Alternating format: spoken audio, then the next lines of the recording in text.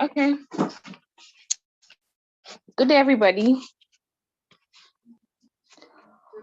Well, happy International Youth Day. But now we're going to start the program properly. Well, our main objective of this program is to celebrate the international. Okay, good everybody. Happy International Youth Day. And we're going to start the program properly now. Our main objective of this program is to celebrate the International Youth Day. We thought of the most educative and most lucrative manner to celebrate this, and then we came up with this. So I will start by introducing our speakers in the house. And then Dr. Soki will be speaking first.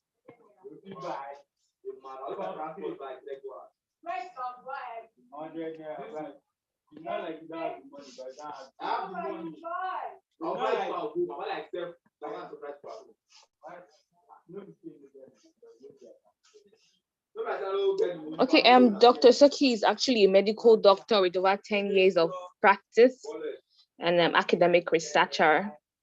He's a clinical and nutritional pharmacologist, also a health educator who loves football.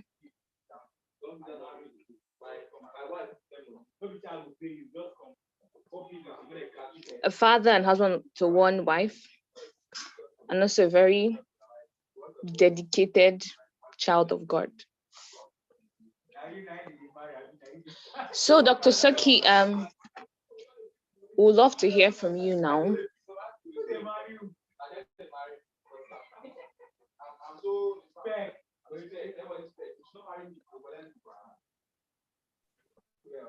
All right.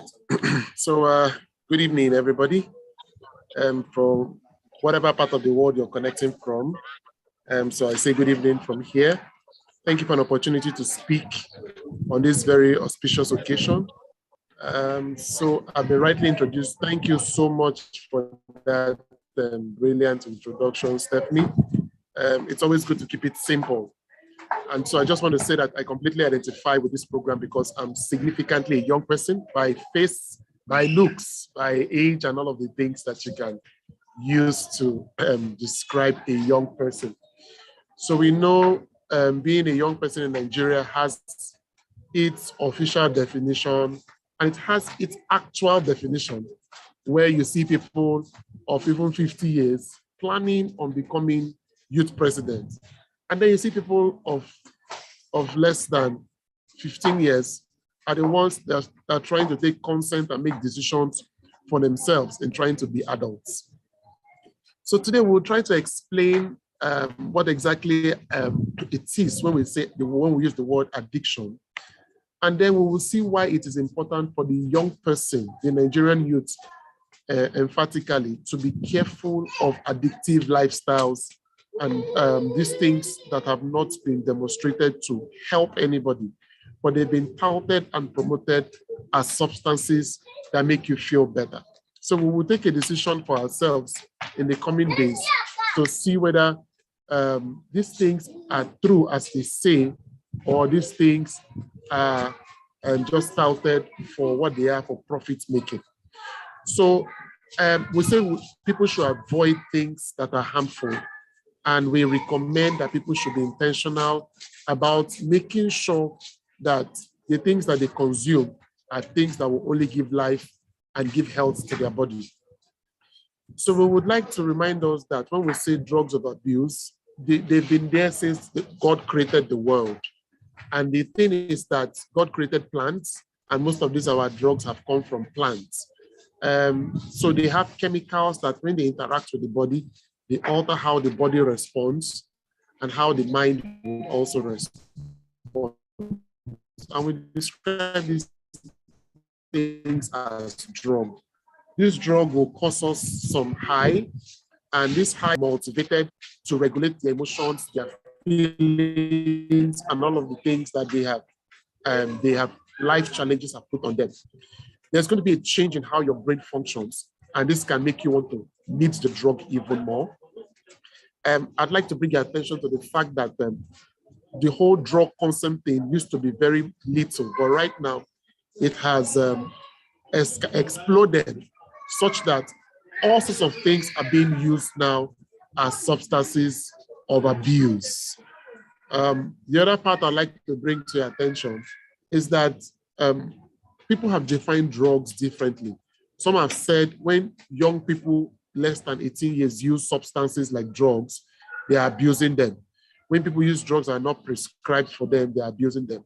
But we know from several researches that almost 25% of young people have smoked cigarettes in their lifetime. As much as 90% of young people have tasted alcohol, and this have its own consequences. If you can see my slide, one of the things you would notice is that I have intentionally put here some of the examples of banned substances or abused substances in either red ink or in bold ink. And the intention here is such that people can see what exactly the problem is. So by far, substances that we have abused as young people include alcohol, tobacco, marijuana, cocaine, heroin, amphetamines, opioids, and so on. Some people have abused cough syrup. Others have abused a whole lot of other things.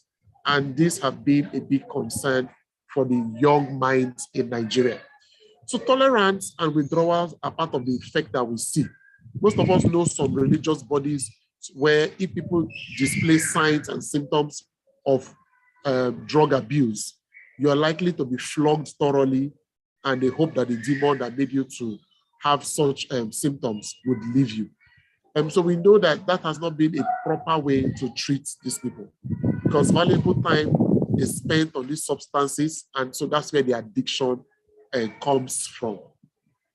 So we know that of all the drugs abused, cocaine is the most addictive of all of them. Alcohol is the highest, is the one that can cause disease and death. And we've also seen from research that alcohol has been demonstrated to show that if there's any substance of abuse, people will readily complain or report, it is very likely to be alcohol. We know that there is no medical prescription or indication, that you cannot have a doctor say, because of what is wrong with you, take alcohol and take cigarettes. No such prescription exists thereof. So we also know that for us here in Nigeria, especially for the young people, cannabis, now hear me now, cannabis used to be, Igbo, marijuana, used to be the most abused substance. But right now we know by far that methamphetamine, what we call Ukolomele, is now taking over the market by storm. And as much as 10 million people abuse marijuana on a regular daily basis. So according to a recent report by United Nations, they have an outfit that regulates drug and crime. That's where all of those data came from. Now, notice in my slide again that I have said that 1 in 7 Nigerians are very likely to come down, use tobacco and alcohol together. Now, notice the age group where it started from, 15 to 65 years. So our young people are at severe risk of substance abuse. We also see that more males use drug than female in a ratio of 3:1. So for every 3 males that would use drug, 1 female will be responsible for also using drug. And once again, watch the age group. The young people, 25 and 39 years, are more likely to abuse substances. So cannabis is the most commonly abused, used to be the most commonly abused substances in Nigeria. Used to be. But now we know methamphetamine has taken over the market by storm. Notice on this slide I put in red, amphetamine. That's the same thing you hear that we describe as methamphetamine. Now, in case somebody is wondering as I'm presenting, what exactly is this polymylatin that we're always talking about? Well, it was originally thought to be used for treatment of obesity and some other disease entities. But in more recent time, studies have found out that these things are addictive and the benefit is far less than the risk that the person will get when they abuse these substances. So Nigeria is the 8th highest user of cannabis in the world. Of all things, see where we are ranking top 10. If it was to be in areas of technology, of medical science, and we're ranking 8, or university, would be better. But ASU is on strike, and I'm not sure our university ratings are anything to go by. So most people all over the world are by far able to combine cannabis, opioids, and even cough syrup. Some are even inhaling petrol. They pour petrol in the handkerchief and inhale it. Some inhale what they suck away. Some inhale gutter. They go close to drainages that are stinking, and those things give them the high that they need. If you notice in this slide, we're saying that a male smoker, remember we said 3:1 in the ratio of 3:1, more males will abuse substance than female. And so here the male smoker has 22 times higher risk of having cancer. And then adolescents, these are people who are less than 18 years. They drink alcohol. The adolescents drinking alcohol are 8 times more likely to use other substances. So smoking and alcohol are the single modifiable risk factors for some diseases known to man. We know that alcohol has no health benefits, and all of those people who have ever touted that 1 glass of red wine is good for the heart, they forgot to tell us that it was not a prescription. These were people who took red wine as a way of living, and they were also known to be exercising and also eating well. And the study demonstrated that it was the eating well and the exercising that conferred on them health and wellness, not the alcohol. So alcohol has been shown to cause cancer, especially breast and colon cancer. Even with low levels of alcohol consumption, there's risk for breast cancer. We also see that there's no safe limit of alcohol in pregnancy. So when a young person gets pregnant, you cannot be celebrating the pregnancy and drinking alcohol. When the young people gather to watch football, for instance, you cannot be celebrating goals and drinking alcohol because it really doesn't protect your heart and it makes your immune system to be weaker than you can imagine. So smoking kills more people than we can ever imagine than anything else combined. A smoker has a chance of recovering if he intends to actually follow the recovery measures that we'll outline in the end of this slide. And so it takes about 2 years for an individual, especially an adolescent, to progress from experimental phases. What I mean now is that when an adolescent says they want to test how this thing they taste, make I taste that, they bring tramadol and they take it. They bring cannabis and they take it. In trying to test, this kind of people, they require just 2 years in testing, and they run the risk of actually using other substances as it were.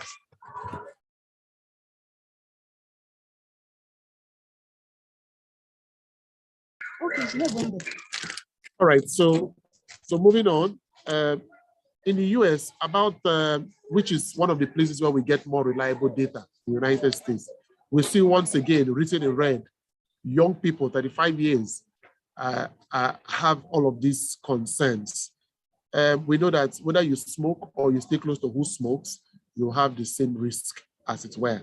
So if we're intending as young people to be viable youths for this country, the future of the country, we must be careful about avoiding these substances of abuse because they put us at risk of having poor health quality. And then when we all die out, who then will be the future of the nation? So it's important to watch what you eat and what you drink because they do not confer any health and wellness to you. So also notice here, this slide says tobacco is a gateway drug. I'm sure somebody is wondering, why do I have to use all Caucasians on my slides?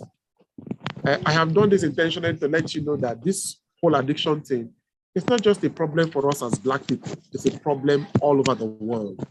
And so we see the marijuana we've been talking about. It's not a healthy thing to use because this will be as an example. We see that it can be smoked, it can be eaten, some people drink it, some people use it to cook beans, and they do all sorts of things with it. It goes by all sorts of names, including grass, weed, pots, Mary J, ganja, kuma, eboge, goof, and all sorts of names. If we turn on this microphone and we ask people to suggest names that they've heard about substances of abuse, especially marijuana, there'll be names on ending. So notice that sometimes this substance of abuse are predominantly located in some parts of the world, and people transport them and replant or relocate them in other parts of the world, and then abuse now follows through. So why do people use substance of abuse, especially marijuana? You'll find that some people use it because of fun. Some have medical reasons because there's a medical use of marijuana, which has not been approved by any licensing board. It's still a clinical trial phase. And other people use it for fun and for non-medical reasons, or for fun.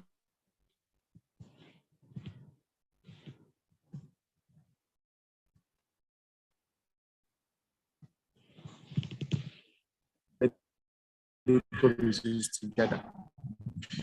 So once you start, there's a risk that you're likely, and as we use marijuana, you notice that you're always getting. Now, don't get me wrong, I'm not saying by this presentation that anybody who gets angry is taking marijuana. Don't get me wrong, so you don't go and look for trouble in public space and run into issues. I'm trying to say here that we should be intentional, noticing that people who will be angry, to be depressed, would have lost so much of their weight. They tell you that they're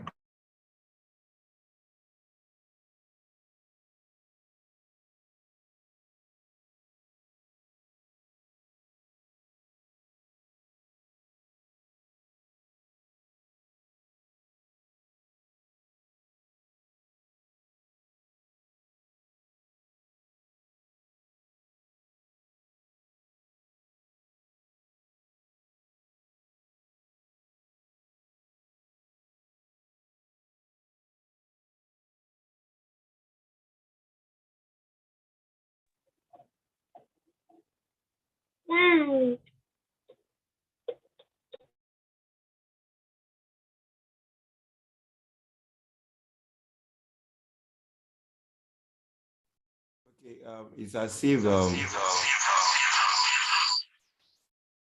doctors network is having problem.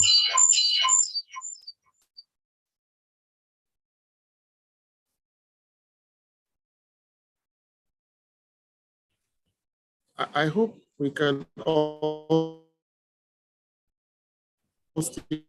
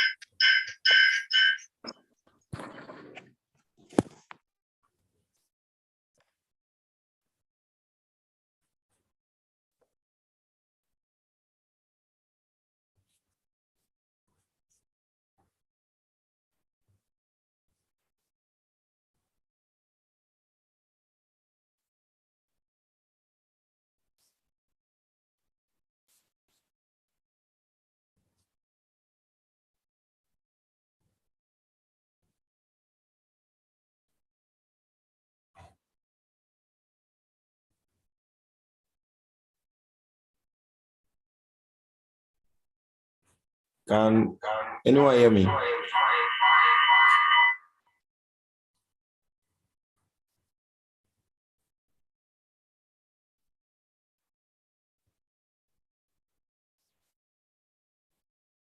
Okay.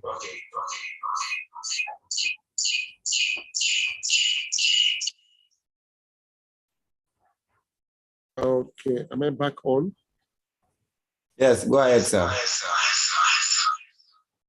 Okay, please.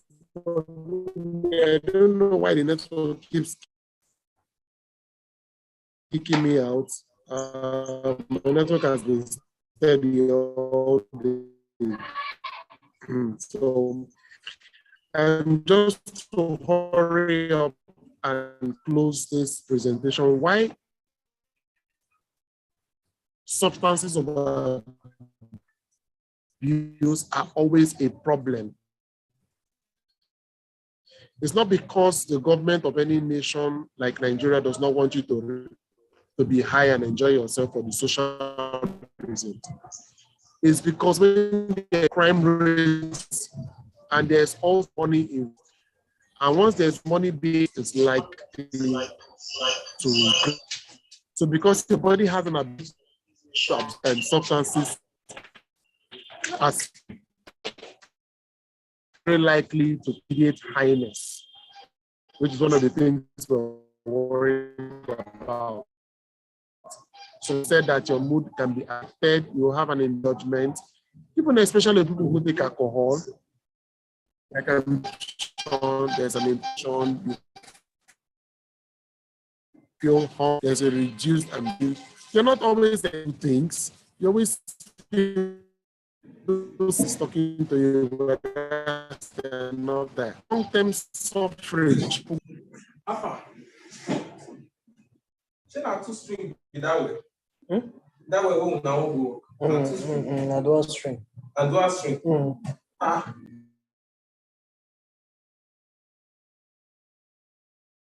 Go ahead, sir. Not today. What's going on?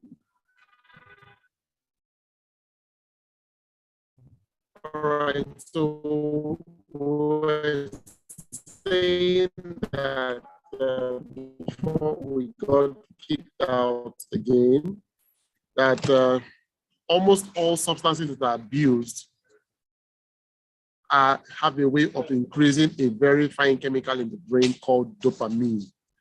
And so we are careful and we increase in the brain. The drawback with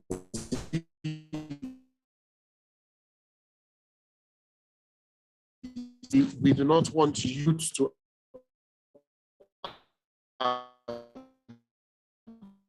use this alcohol and Nigerian youth to really care. So the decisions have got when reducing in the young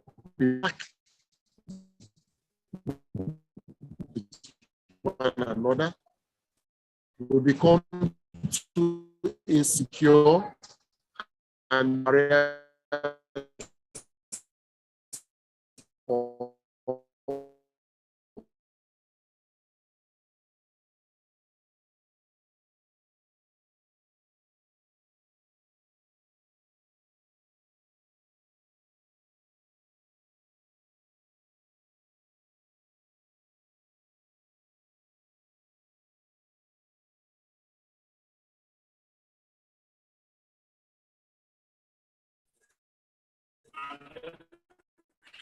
all right, so today I was saying that today we find that a lot of our young people do not get connected as you would expect them to. And so if we reach out to young, we are likely to prevent ourselves from being in an at-risk behavior that makes us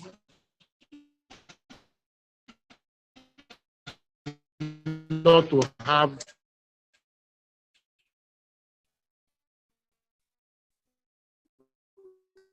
not to have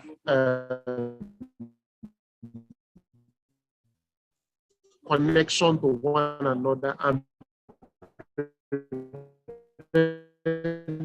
on being the active Nigerian. Try to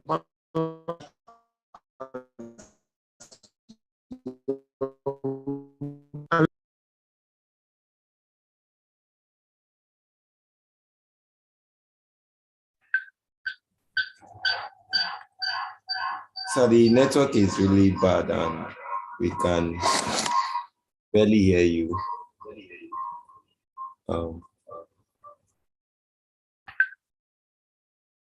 Is he out?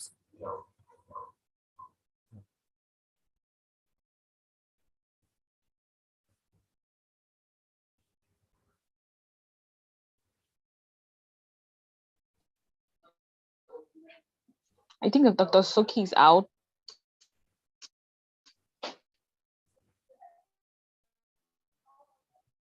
Okay, maybe we'll just take the next speaker and then we'll come back to him if he's back.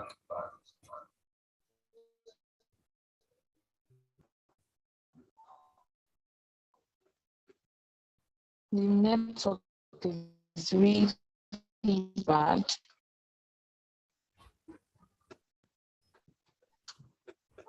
Okay.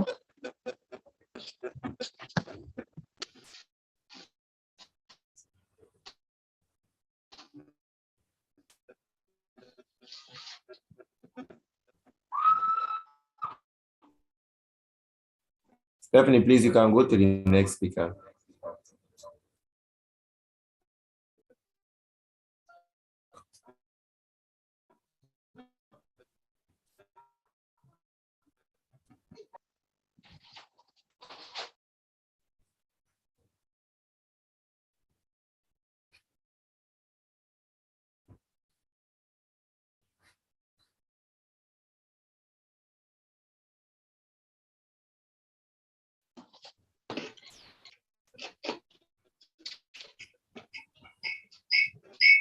Okay, sorry for the time. Our next speaker is Ebuka Alumona. Okay. Ebuka Alumona is a program associate at Leap Africa. He's a self-driven, innovative, and creative individual. This can be seen in some of his personal projects. Okay. Maybe I should just quickly round up. So sorry for this. My issues with being at home to do presentations like this. So I should learn to assist one another. This information we are sharing here today, share it with your friends, your loved ones. Share it on your group to access help if they have mental health concern. Ask them questions, help them access care, assist them to get to the care, and arrange for to visit them. Same thing about how to modify behaviors as a young person. And let us also recognize that while accessing care, it's also important that we must do our best of care. We should not just wait on the government to try to access care. While most of the people prefer to go to churches to get care, let us go to psychiatric hospital and stop stigmatizing our young ones who also go around to access care from psychiatric hospital. Yesterday I was in a presentation somewhere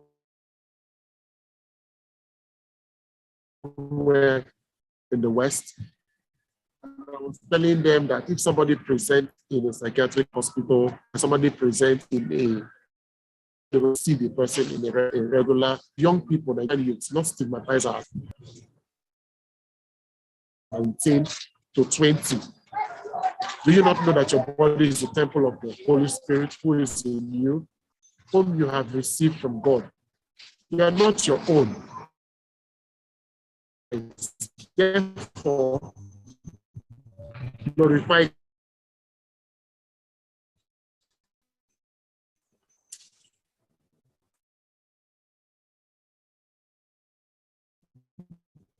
Thank you so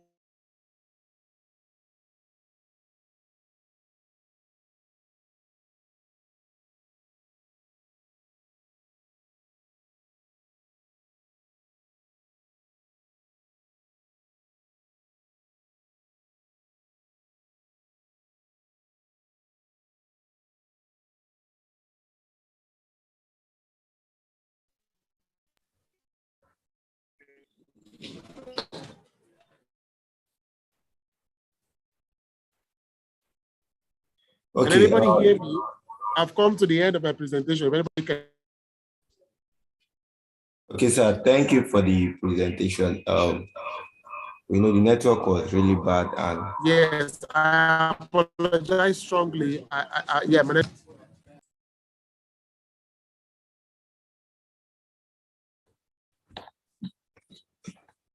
okay, and we hope to have you next time. So probably when the network is better. We'll be moving over to our next presenter, Ebuka Peter Alumuna. He'll be talking to us on entrepreneurship. Okay, Mr. Ebuka.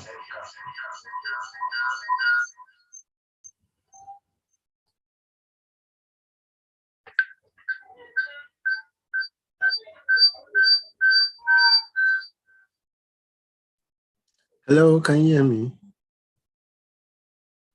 Yes. Okay. Good afternoon, everyone. Happy International Youth Day. Okay, so I'd like to begin. So thank you so much for the platform. To come speak about this topic. So I'd like the screen to be a little bit bigger so I could see what I'm saying. So you can start from the top, please. Number one. Yeah. Okay, great. All right. So the International Youth Day it is basically a day for us around the globe, youth global citizens to celebrate our youthfulness and just be so sorry for the background noise. I'm in the house. Yeah.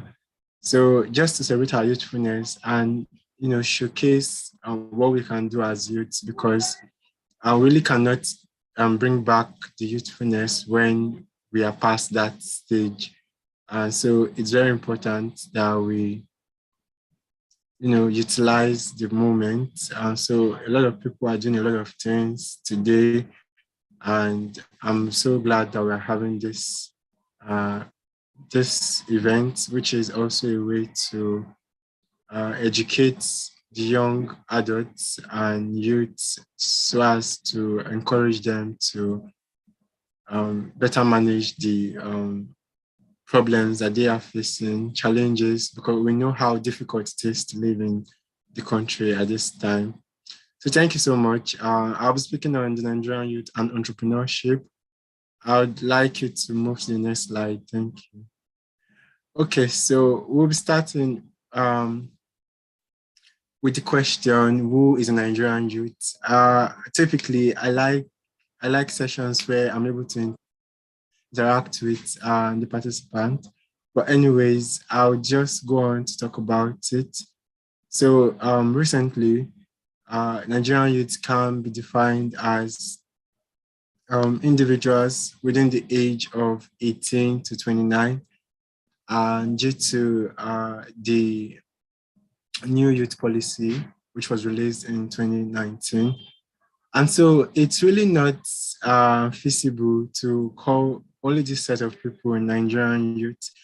Based on the standard of living in the country, we see that the youth demography is even larger than this space that they've put, or this definition that has been created for them. So we still see people at the age of 35 still living with their parents, still not having good jobs, still not having still not having jobs, still underemployed, and we can't really call them youth based on the true definition of youth. And so there's already a problem in the definition of in the Nigerian of who a youth is. And so that really affects us real time. And so as Nigerians, we tend to try to survive by any means. And so in a country where employment is really, really not um, available for the vast growing population, entrepreneurship tends to be our next beacon.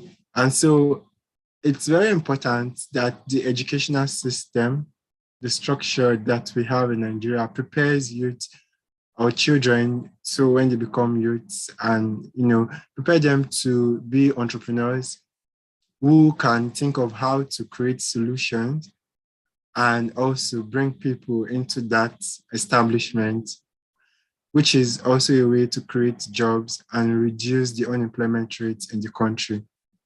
I really cannot see my screen anymore. So please, do you want to share again?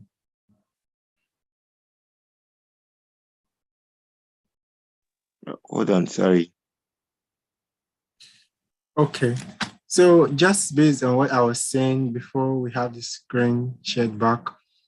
So like I said, there's a need to look deep into the system because what the system prepares us for is to be employed. So every youth has passed through an educational system, especially those in the urban space. They've passed through a system that prepares them to be employed. And with the vast growing population in Nigeria, as you know, Nigeria is the most populated nation in Africa. And so with the vast growing population, there's really get adequate employment for everyone.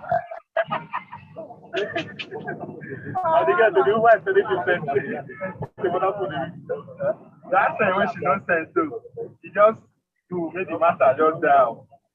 Sorry, please, can you mute, Done. Great. Okay, so I think I was talking about the youth bulge in Africa, really. So if you look at other continents, Africa seems to be having what we call the youth bulge. And so because it's supposed to be a pyramid, and that pyramid is supposed to have each category or each division of people, the children, the youth, and the old adults. And so when you come to the youth, there's a bulge, and this bulge means that it is expanding beyond its usual capacity.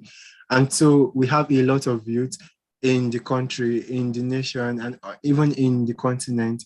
And so it's also, it's a good thing and it's also a bad thing because if we don't utilize and maintain this youth bulge, it will become disastrous for us. So streamlining down to Nigeria, where we have the most populated people, the country with the most population in Africa, the youth, it's also up to the youth because we have the youth population more growing more than other demography, and so it's very important for us to understand entrepreneurship because it helps us to really get a sense of how we can curb unemployment, how we can curb social vices, because most times when youth are not employed, they become tools for terrorism, they become, agents for different misbehaviors in the society. So I'm still waiting for my slide to come up, please.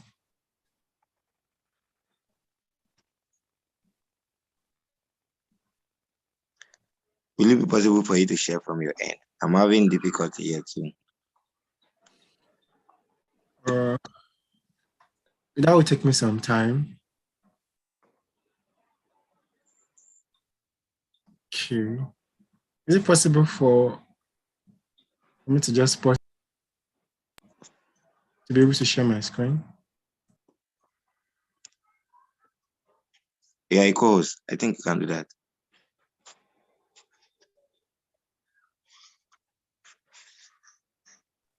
All right. You have to make me able to share my screen. Okay, hold on.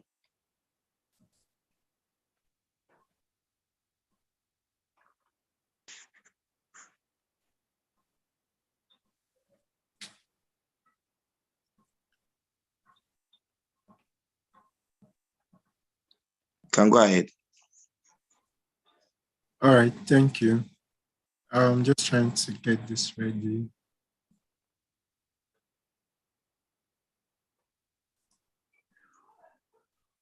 Okay.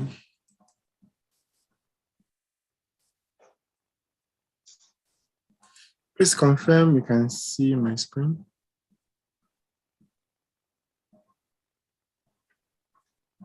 Yes, go ahead. Okay, great. Let me just put it on present mode.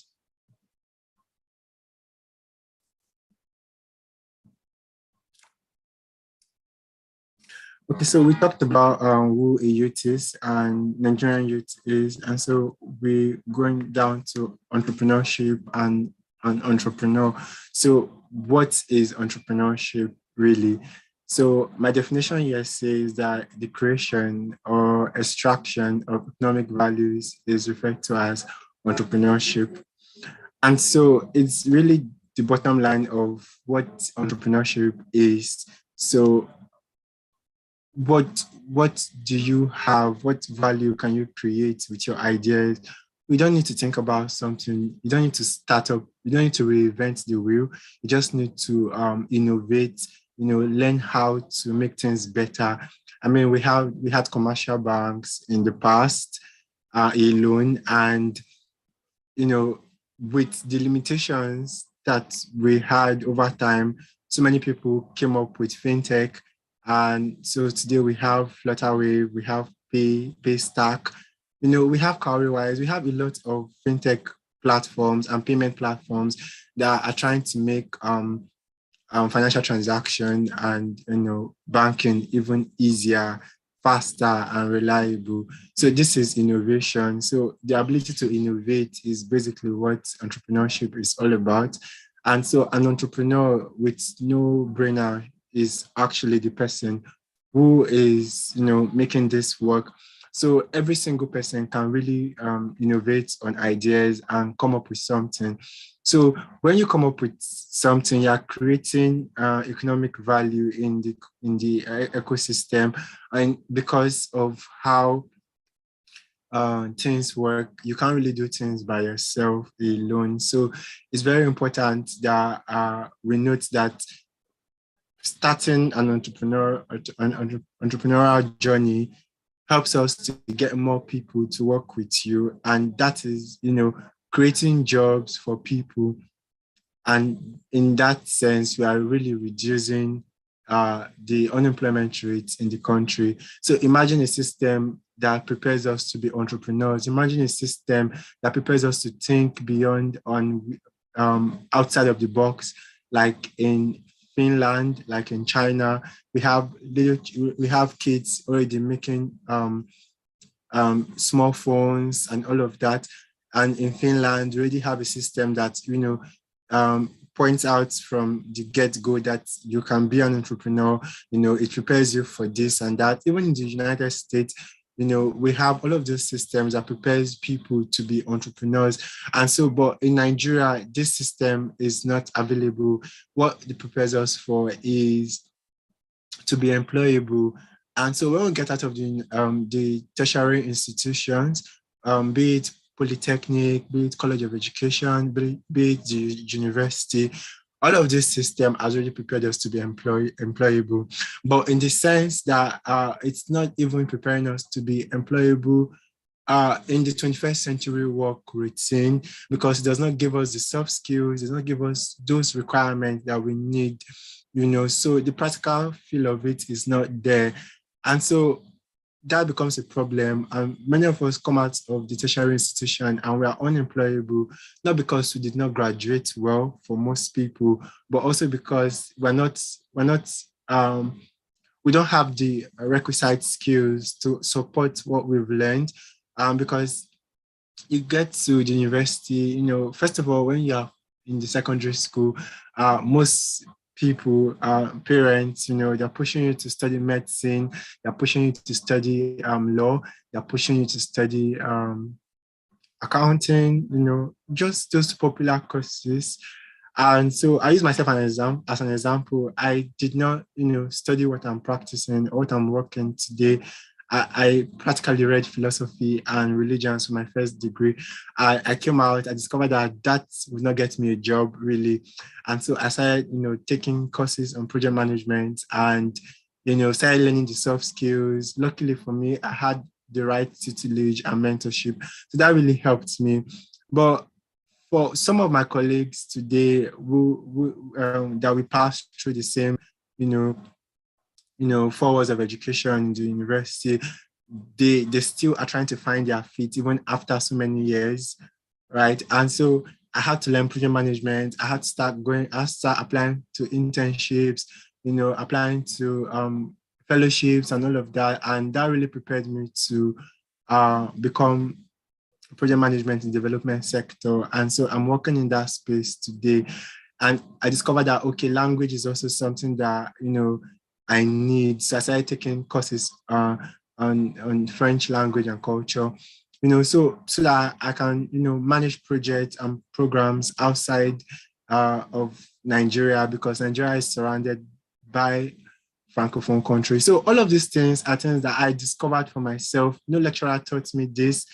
And I also went on to co-found a social enterprise, Petska, and so I have a team working with me today that's been entrepreneurial. So it took me leaving the 4 walls of the university to really learn about entrepreneurship. So if all of these things were, taught in the university, in the tertiary institution, that would have really helped me and by extension, Nigerian youth to better prepare to work, to not only work for people, but also to create jobs, right? And that takes me to my next slide, which is the types of entrepreneurs. And so we have the small businesses, we have scalable startups, we have large companies, and we have social entrepreneurship.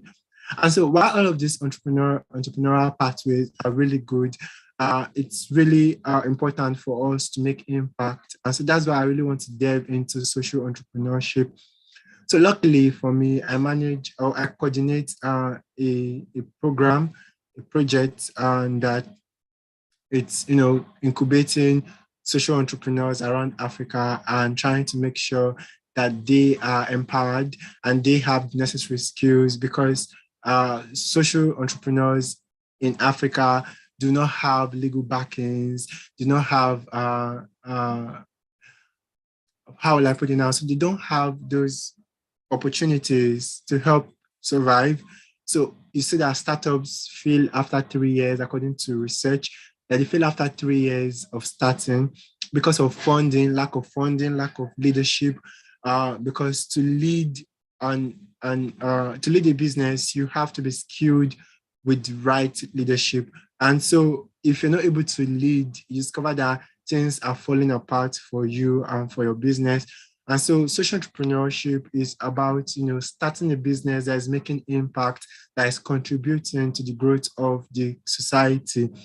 And so we have a lot of social entrepreneurs around the world, and they're doing a lot of things. They're creating ideas, they're solving problems, and also making money from it. And so it's high time we start looking at how to make ourselves useful in the ecosystem by, being innovative. There are fellowships that we can apply for, there are grants, external grants that we can apply for. So I urge you to think of ideas, look at what is already on, look at the different organizations and startups and businesses that we have. How do we want to scale it up? How do we want to make it more, how do you want to solve the problem? So basically what entrepreneurs do is to look at what's existing at the moment and looking at the limiting factor, or looking at the loopholes. And so from those loopholes, you create your own magic. And that's been innovative. And so if we look deeply into the system, there are lots of organizations, there are lots of systems that are not really going well.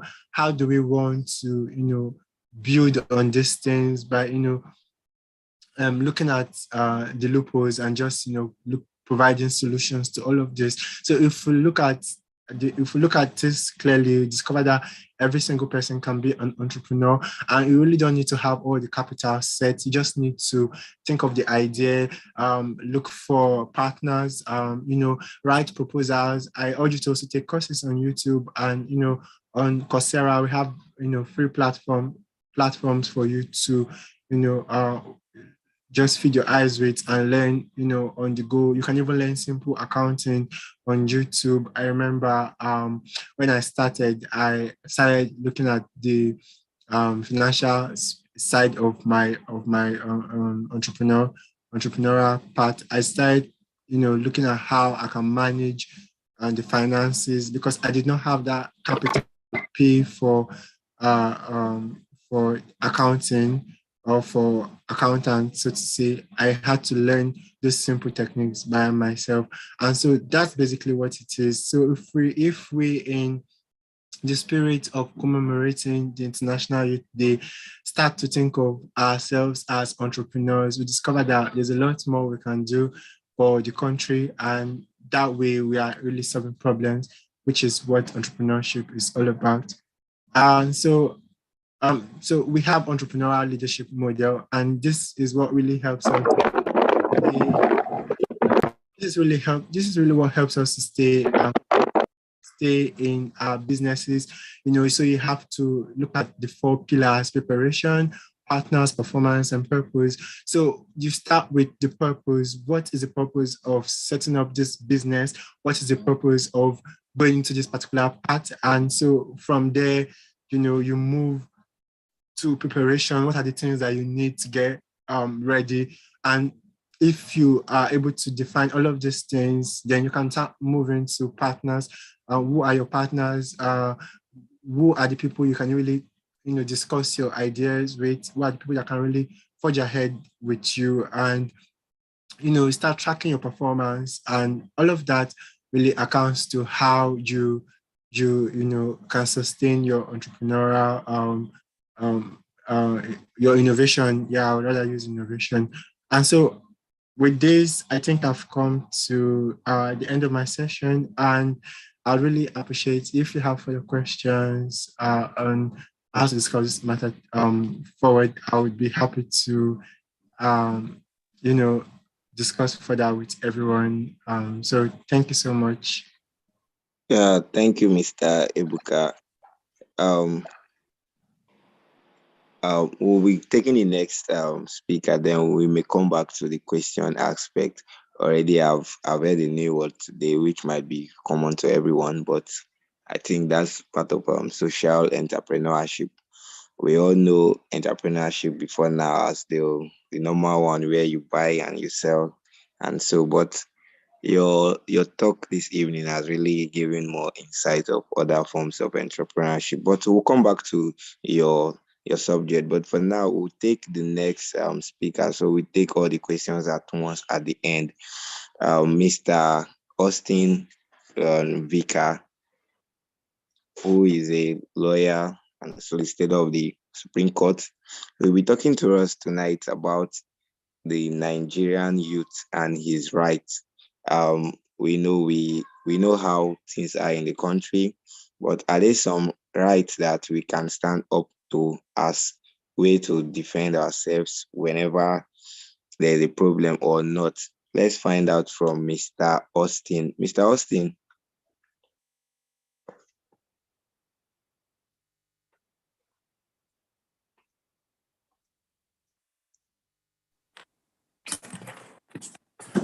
Yeah, good evening, everybody. Can you hear me, please? Yes, I can hear you. Good evening. Yeah, welcome. Thank you. Thank you very much for the opportunity to speak on the Nigerian youth and fundamental rights or human rights, as I was told, Nigerian youth and human rights. First is I must thank the first and second speakers who have already introduced us to the concept of youth, who a youth is in Nigeria. And like we've already known, the African Youth Charter provides that a youth is somebody who is from the age of people who are within the age bracket of 15 to 35 years. But then in Nigeria, that was applicable until 2019, when Nigeria had a new youth policy that now limits the age bracket to 15 to 29 years. It is now within 15 to 29 years in Nigeria. So for you to be regarded as a youth in Nigeria, it will be somebody who falls within the age bracket of 15 to 29 years.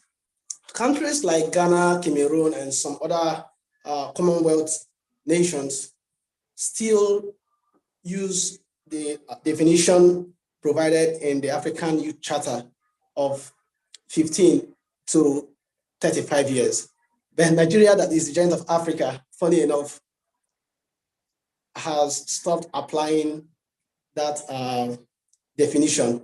But then, before taking us through the rails of fundamental rights or human rights, if I should call it, it is also important to know that the United Nations have defined youth as the period of transition from childhood dependence to adulthood independence and awareness of our interdependence as members of a community. And according to the United Nations, when we talk about issues of youth, it is not something that has to do with age. It's something that is it's something that has to do with day-to-day movements. It is fluid-like, it is not static. So if we tie it so much to age, we might have a lot of issues. However, in reality, when we talk about youth, we know that we talk about age, we deal with age. So we can talk about, having known who a youth is in Nigeria, we don't talk about fundamental rights or human rights, first of all. First is that you might be wondering, why are we talking about human rights? What do we need human rights for us, Nigerian youth? Why are we talking about it? It is important because Nigerian youth suffers deprivations in regards to school to work, in regards to political participation. You know, there are some offices in Nigeria, political offices, political positions that some persons cannot occupy because of their age bracket, even if a youth has been defined as somebody who is within the age of 15 to 29. So it matters a lot. It has a lot to do with Nigerian youth. There is no talk about fundamental, human rights. Then, for the sake of time and for the reason of this discussion, it is also important to mention that I will not be discussing broadly human rights, so-called. The reason being that the Nigerian Constitution was able to summarize the rights as they are found in the African Charter of Human and People's Rights, and the Nigerian Constitution called them fundamental rights. So Chapter 4 of the Constitution has some rights that are deemed fundamental rights. And Chapter 2 of the Constitution has some directive, fundamental objectives, and directive principle of state policy. That is the policies that guide the day-to-day running of Nigeria. Whereas the rights in Chapter 4 that were called fundamental rights are justiciable. You can go to court to enforce the rights in Chapter 4. Those ones called fundamental rights. The rights in Chapter 2 are not justiciable because they're not provided as rights. They are provided as mere policies, mere directives. And that is why you don't see anything like a right to education among fundamental rights in Nigeria. You don't see things like right to free education, no. You don't see things like rights to ambient air clearly written that way, no. So for the sake of this discussion, and as it concerns Nigerian youth, we'll talk about fundamental rights as found in our Constitution. But I assure you that the fundamental rights we have in our Constitution, if well discussed, can also cover those other rights that are not expressly mentioned. You already know that when we talk about fundamental rights, we mean a right to life, we mean a right to dignity of human person, we mean a right to personal liberty, we mean a right to fair hearing, we mean right to privacy and family life, you mean rights to thoughts, conscience, and religion, right to freedom of expression and press, you mean right to peaceful assembly, right to freedom of movement. We're talking about right to freedom from discrimination, a right to acquire and own property, whether movable or immovable, anywhere in Nigeria. And these particularly are fundamental rights. Now, let's talk about these rights as they affect the Nigerian youth. First is a right to life. One may be wondering, a right to life, how does it affect the Nigerian youth? It affects the Nigerian youth because every young person out there has the right to stay alive and not be killed for any unlawful reason. And the courts in some cases have decided that a right to life does not stop only on your freedom to take in, that is to inhale and exhale. It doesn't end in you breathing, but it goes further to you eating, you not being denied food, you eating good food and breathing in fresh air. So we'll talk about the right to life. You and I know that in Nigeria today, the Nigerian youth is he falls victim of deaths that's viable. So Nigerian youth is killed. Most times they will tell you, like maybe some security agents will maybe a slight quarrel or argument. The next thing, the person may just fire a gunshot and they've killed a young person. These issues are things that happen almost every day here in Nigeria. It affects the Nigerian youth. So the Nigerian youth out there, you have the right to stay alive. You have the right to eat. You have the right to breathe. Yes, you have the right to life. You also have the right to dignity of your person. That is to say that nobody should subject you to torture, any form of torture or inhuman or degrading treatment. No. Nobody should subject you to compulsory or forced labor. You have the right to dignity of your human person, dignity of human person. That's to say that nobody should do anything to you that will reduce your dignity as a human being. We don't allow that. Whatever will reduce you, make you look like an animal, make you look like an idiot, whatever it is, whether it is coming in the form of torture or humiliation. So, to really be particular is to maybe give us some circumstances, like to paint some pictures. Sometimes we see soldiers or even police officers mandating somebody to kneel down on the road for no just cause. Sometimes they tell you to lie down on the road. Sometimes you even see them battering or beating up people. Sometimes you see them shaving off people's hair. They tell you this haircut is not moral. They will now forcefully cut somebody's hair. It is wrong. It is bad. In as much as I don't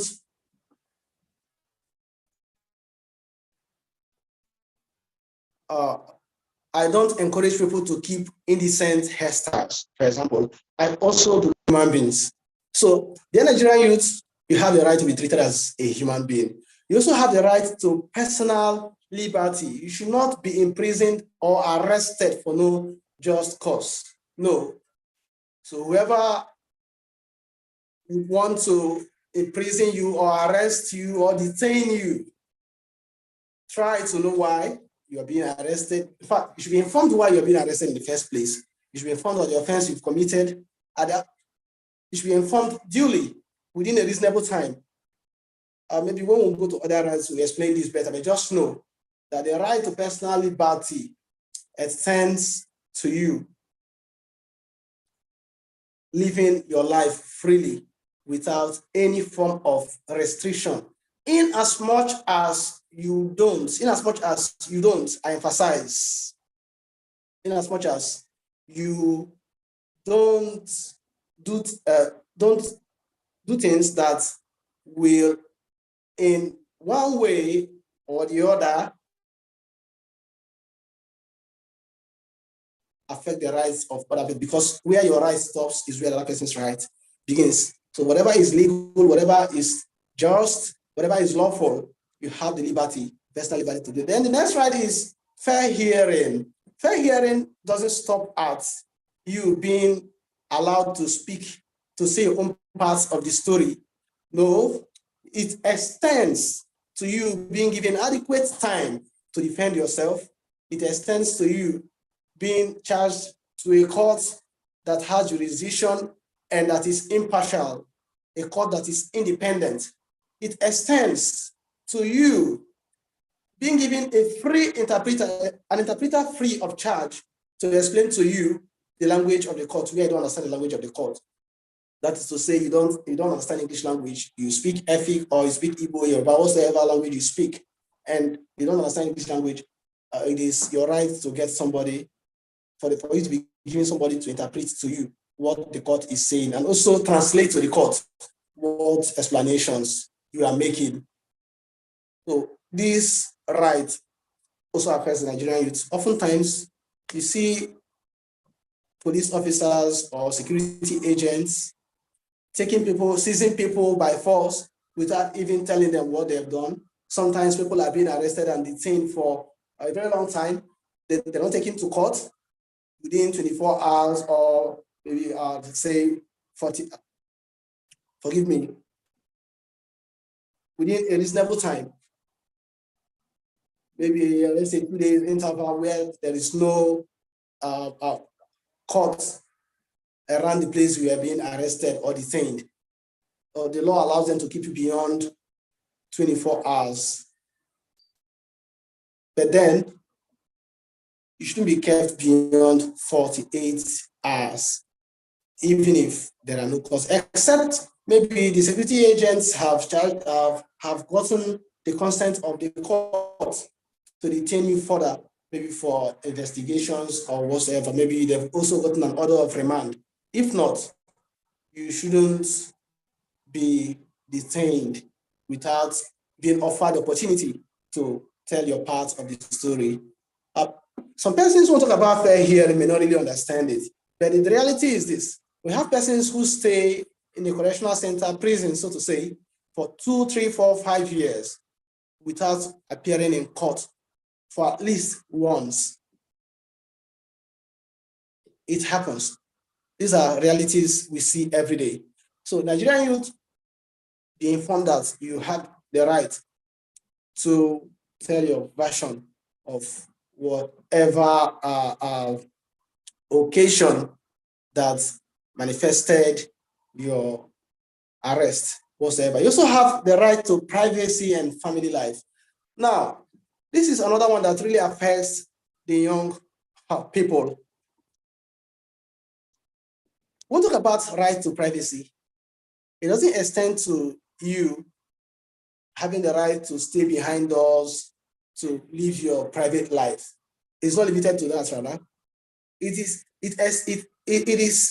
in extension a right protecting you from anybody wanting to gain access to your correspondence, to your phone conversation, to your letters, or whatsoever.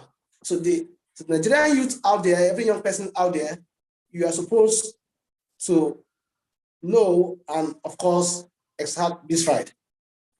Sometimes police officers want to search your phone. It is not right. Sometimes you have people tapping into your calls. It is not right. You have the right to privacy and family life. I mean, the right, it extends to the right to marry when you should, when you're prepared, of course, and also have your own family. So Nigerian youth, you have That's right. And going further is the right to freedom of thoughts, conscience, and religion. We have situations where maybe a young person who has been growing under his parents, under his or her parents, until a particular time, when a person now has become an adult, we still see parents wanting to force their children or their young people in their house, if I should say, to maintain a particular religion. This is not right. Dear young person out there, once you have become an adult, the law permits you to propagate any religion of your choice.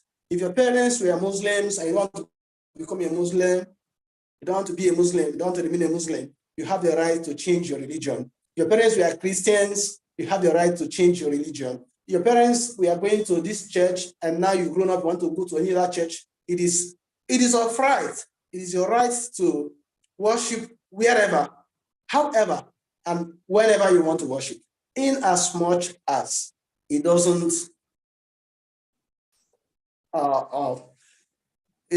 affect the rights of the people around you or the next person. Because like I have earlier said, where your right stops is where the next person's right begins. So you have the freedom to think, freedom of thought.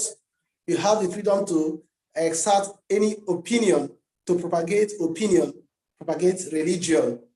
You have the right to freedom of conscience, to by yourself decide on what to accept and what not to accept, what to believe and what not to believe. It is of right.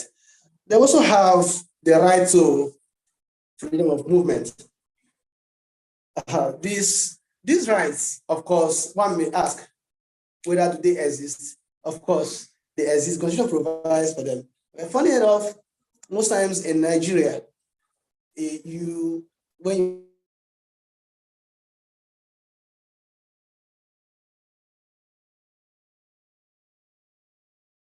you move, sorry for break. In Nigeria, you have the right to move to anywhere, any part of Nigeria without restriction and without you being expelled. It is of right. It's funny how people are restricted from either staying in a particular place. Sometimes they tell you, what are you doing by this time of the night, or this time of the night on the road? Before you know it, you are arrested. And the next day, you start begging to be bailed or released. And funny enough, you spend hugely for you to regain freedom. Another thing is that these rights, that of movement especially, is often protected. Why? I mean, how? In Nigeria, currently we have security issues. You want to travel by air, you have to pay hugely for it. You want to travel by land, bandits, headers, forgive me, did I say headers? Let me use the word bandits and terrorists, please. Bandits and terrorists will not allow you to move freely. It's okay, let me travel by water. You also have pirates who want to kidnap you on water. But then it is a right you have to exercise. But these rights, you have to exercise them with all manner of carefulness and respect for the people around you. You also have the right to freedom of expression and the press. And to say that you have the right to hold opinion, like I've already said, you have the right to receive and impart ideas. Most times, maybe there is an incident that has occurred or something is happening and you want to cover. I've witnessed instances where some young persons are being harassed by security agents and they seek to, maybe the people around them seek to cover the scene, like to have a video coverage of what's happening. Sometimes you see the security agents seizing the phone and smashing it and even beating up the persons who are covering. It is wrong. It is very wrong. People have the right, the freedom to express themselves and also make publications. But no, please, that unlike in the US where this right is absolute, in Nigeria, this right is not absolute. But then whether or not it is absolute, be careful that you don't make publications that are defamatory, because where you make publications that are defamatory, you will go in for it to prove that what you have posted or what you have published about somebody is true or is justifiable, as the case may be.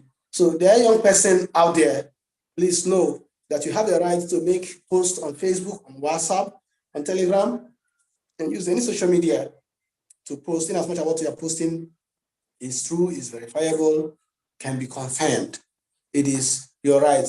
However, though that may be for another day, there are certain laws that limit the rights to freedom of press and freedom of expression, I say freedom of speech and press. There are certain laws, there are certain limitations to them. And that is why here we see the federal government levying fines against some TV or radio stations for some of the broadcasts they made, because there are restrictions. But then just know that generally, this is a right the Nigerian youth should exercise. They also have the right to peaceful assembly and association. You have the right to form any group of your choice, in as much as it is not a secret cult or an unlawful or illegal group. You have the right to form cults. But what the law doesn't allow is secret cults. So if you can form, you can belong to any association, you can decide to join any group of your choice, you can form any union, in as much as it is legal. You can also decide to marry anybody of your choice as a young person, because this is where most times young persons suffer. You see parents wanting to make you marry a particular person of their choice, which may not be what you want for yourself. So as a Nigerian youth, you have the right to associate with whoever you want to associate yourself with. And it extends to political participation. You have the right, you can decide to support APC, PDP, Labour Party, or any party at all. It is your right. Just so that you out there listening to me now, you don't see somebody who is maybe propagating an opinion or thoughts, or probably belong to another association that doesn't agree with what you believe, and you want to kill the person or harm or hurt the person. It is wrong for you to do that. So please take it that you have the right to gather, that is assemble. You also have the right to associate, you have the right in as much as you act within the confines of the law. Then speedily, we'll talk about the right to acquire and own property anywhere in Nigeria. This right also is important to young people, so that you know that you are not, our age doesn't limit you, doesn't limit the ownership of property. I mean, in as much as you are a youth, you are an adult. But whether a child, an infant, can own properties is a discussion for another debate. Our discussion today is on adults, I mean youths. So for every youth out there, you have the right to own property, whether movable or immovable. And sometimes people want to make it seem like you owning a laptop or owning some electronic like gadgets, it is unlawful or wrong. No. Nobody should terrorize you. Nobody should victimize you. Nobody should unduly harass you because you own gadgets. In as much as those gadgets are not used for purposes that are unlawful. Then we're not talking about a right to freedom from discrimination. This one bites harshly and heavily, because the Nigerian youth who, before he's done with secondary school education, or then go to university to get university education. Then because of ASU strike, the person is already in his, let me say, late 20s. When it's time for the person to seek jobs, they begin to tell you stories. To be particular is that there are instances where people are denied or deprived of opportunities because of where they come from, the parts of Nigeria they come from. Sometimes, if you don't speak a particular language, you don't get a job. Sometimes, if you don't come from a particular tribe, you are discriminated against. Sometimes, people, they ask questions of ethnicity. Which ethnic group are you from? These questions, when it comes to employment, should not be taken as measures or considerable factors for one to be employed. So Nigerian youths have various challenges bedeviling their efforts. So it is very unlawful, it is wrongful for anybody to discriminate against you, either based on your sex, based on ethnicity, based on the circumstances of your birth. Now talk about sex. Sometimes they tell you are a girl, we can't employ you, we want a man.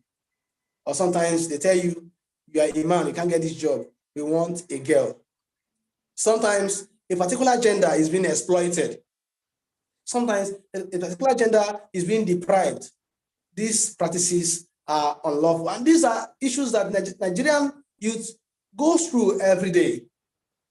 So it is high time we decried them. It is high time we talked about them. It is high time we discouraged these practices because they affect the Nigerian youths badly. So dear Nigerian youth, you should not be discriminated based on circumstances surrounding your birth. To explain it better is that sometimes in some communities, you see a young man who should inherit, who should have the right of inheritance.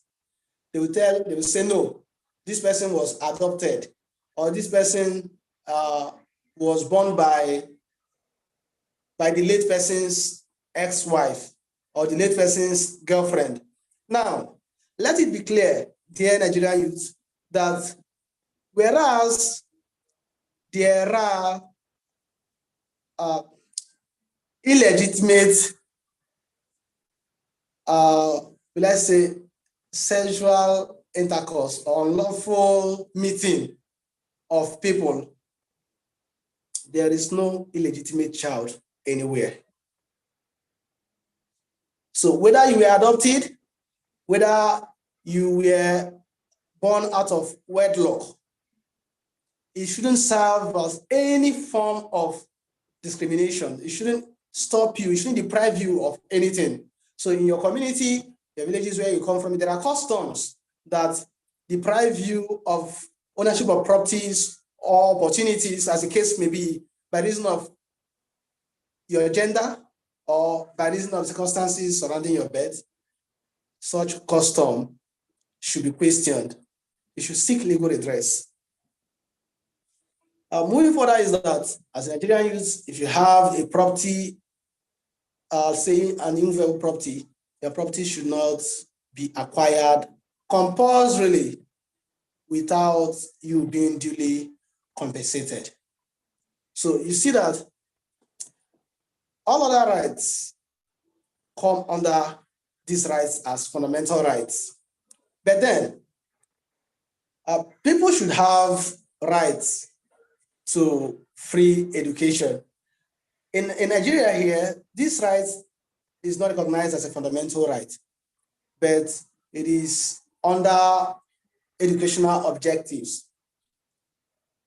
That it is under educational objectives. Remember, I talked about chapter 2 of the Constitution that is not just teachable. I mean, chapter 2 of the Constitution of the Federal Republic of Nigeria as amended. That is not just, you can't take the government to court for not providing free education. That is what I mean. It is not justiciable. There are political, social, economic, educational, and all that policies. But those things are just policies. You can't take the government to court to enforce them because they don't come as fundamental rights. However, there are exceptions. So basically, these are the issues that affect the Nigerian youth, particularly when it has to do with fundamental rights. If there are questions or area that maybe I didn't talk about or I forgot to mention, I really would love to get questions and also seek your contribution on them so that I can talk about them or maybe answer your question. So that's Thank you. Human rights. Thank you. Thank you, Barrister Azubike Austin. You've walked us through about the Nigerian youth human rights. You actually said. I did Zoom meeting. That this. So we'll be taking both questions for the two last. In fact, for the three speakers. I know we had issues with Dr. Soki's network, but we were able to catch up some points. We had to discuss on the three speakers and ask questions. I already have some questions on YouTube, which I'll be reading out, but the floor is also open here on Zoom. If you want to ask, you can raise your hand, you can signify and ask your question directly to any of the speakers. We do that in the next 5 minutes. Anyone taking first? Any hands up?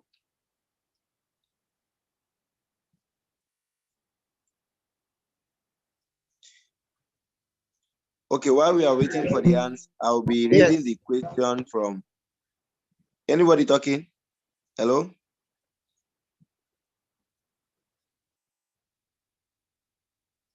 Okay, I'll be reading the questions from our YouTube page, and it goes directly to Barrister Austin. Barrister Austin, can you hear me?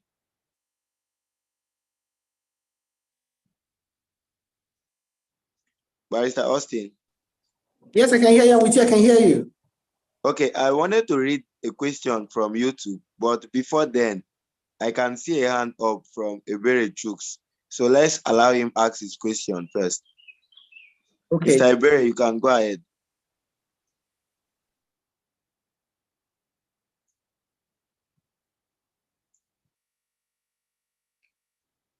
Mr. Ebere, you can go ahead with your question.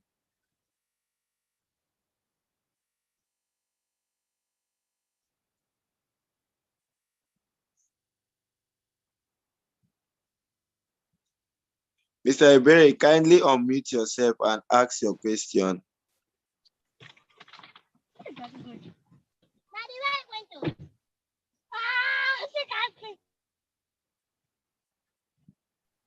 Mr. Ebere, are you there? If Ebere is not here for the time, you could maybe read the question. Okay. While okay, let me ask the question from YouTube. Annabelle Cousin is asking. She has 3 questions to you, but the first says, as a layman, these rights, are they still in existence, or it has been abolished or amended? Because with the recent happenings in Nigeria, it seems we don't have a law. That's the first question. She's asking if the rights are still in existence. The second question is the right to fair hearing. Why is this right neglected?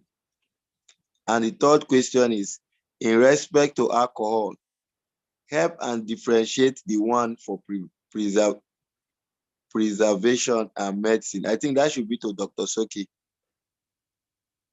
So, Mr. Austin, you can take the first 2. Okay. The first question is whether these rights are still in existence or they've been abolished. Well, these rights are still in existence. The constitution we are using currently is the 1999 Constitution of the Federal Republic of Nigeria, as amended. So it houses these rights. The rights are there, they exist. And if they don't, then one may begin to wonder, why then do we complain when we are treated wrongly? Why do we complain when we are marginalized? Why do we complain when we are battered, assaulted? Why do we complain when we are discriminated? These rights are in existence. We are asking whether, okay, why is the right to fair hearing neglected? Well, the fact is that the right to fair hearing being neglected isn't just something that maybe is done by security agents. In our homes, we see people who are wrongly accused and they're not even given the opportunity to explain themselves. Even God himself, having seen that Adam and Eve, for those who are Christians and know the story about how Eve and Adam ate the fruit in the garden, God had already seen them. But God did not first of all pass judgment on them. God first asked, Adam, have you eaten of Adam? Where are you first? Then the next question, have you eaten of the fruit which I asked you not to eat? God was trying to give Adam fair hearing. Let Adam say his own part of the story. And of course, even Eve said her own part of the story before judgment was pronounced on the serpent. And they were also punished for their act. So in our homes, it appears it is not the African practice for people to talk when they are accused. Because even a child who has been accused, when the child wants to explain to say it is not me, they'll say you don't have respect. They'll even they'll slap you, they'll assault you. They say, I'm talking and you're talking. You're not allowed. So it is more like what we have taken as a way of life, a culture, a practice, which ordinarily shouldn't be so. So if the right to fair hearing will be respected, it begins with you and myself. We must first grant people fair hearing in our friendship, in our relationship, in our places of work. Even when somebody is sacked from, somebody is relieved of employment, and the person wishes to contest the, let's say, sack, if I should say, the person should be given appropriate attention. So wherever we are, in our churches, in our homes, even in court, people should be given the right to fair hearing. You might be asking why. This is in section 36 sub 5 of the 1999 Constitution, as we earlier cited, makes it that every person being accused of an offense is presumed innocent until proven guilty. But sadly, in Nigeria, we presume people guilty even before they are given opportunity to tell their part of the story. So the rights exist, they have not been abolished, and there are several factors leading to fair hearing being neglected. I've mentioned our practices at home. I've also mentioned, okay, let me also mention high-handedness of security agents. Sometimes they are so high-handed that nobody is held accountable for their actions. Sometimes corruption too is among the things contributing to fair hearing being neglected, because the country is corrupt. Almost everybody is corrupt. So that even when fair hearing is neglected, there's nobody to cry to, there's nobody to do the right thing, there's nobody to call anybody to order. So you have your money, you have the power to shut people up. This is what we see every day, but it shouldn't be so. But then we hope that you who has listened to this session will give people opportunity to explain themselves, no matter how bad the situation is. And even when we have caught somebody in the act, we don't take laws into our hand by setting the person ablaze. I do see sometimes online, we see people being, once somebody just shout, thief, thief, thief, thief, thief. they bring the person, and before you know, the person is already there. Sometimes those persons are actually innocent. It shouldn't be so. I believe I've attempted to answer your question if I haven't answered the question. Okay, Mr. Iberi, are you there? Yes, I'm here. Okay, you can go ahead and ask the question now. Okay, sorry, I was having network challenge the other time, so I couldn't. Thank you very much, Mr. Austin, for this wonderful exposition. I learned a lot, a whole lot. But then I have some questions I noted out in the course of your speech. First of all, there's somewhere I need a kind of clarity. Somewhere you talked about,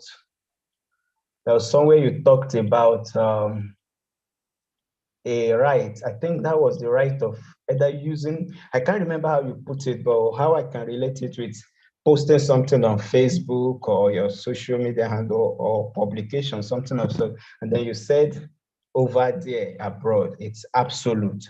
Why here in Nigeria, it's not absolute.